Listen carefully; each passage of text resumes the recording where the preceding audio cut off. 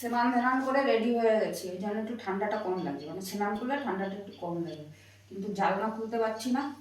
আর এদিকে আমার ভাত হয়ে গেছে, ট্যাংরা মাছটা একটু কেচে নেব, মানে কাচলে পরে কি হয় আমাদের যেটা মনে হয় যে ভাজাটা ভালো হচ্ছে, তেল মশলাটা ভেতরে ঢুকবে।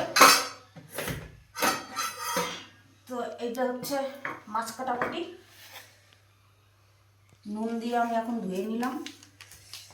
বাজার দিয়ে কেটে এনেছিল, কিন্তু ওরা বাজারে যারা কাটে ওরা তো আর কেচে দেয় না, এটাকে কাঁচা বলে, আমরা এটাকে এরকম চিড়ে চিড়ে দিলে বলি কাঁচা। এবারে যেহেতু ট্যাংরা মাছটা ঠান্ডা, এবার তো কাঁপুনি উঠছে, একটু মেটে আলু আর এই আলু দিয়ে ট্যাংরা মাছটা রান্না হবে। মেটে আলুটা সম্পূর্ণ আমি খাবো, তো চলো কেটে নিই তারপরে ভাজবো।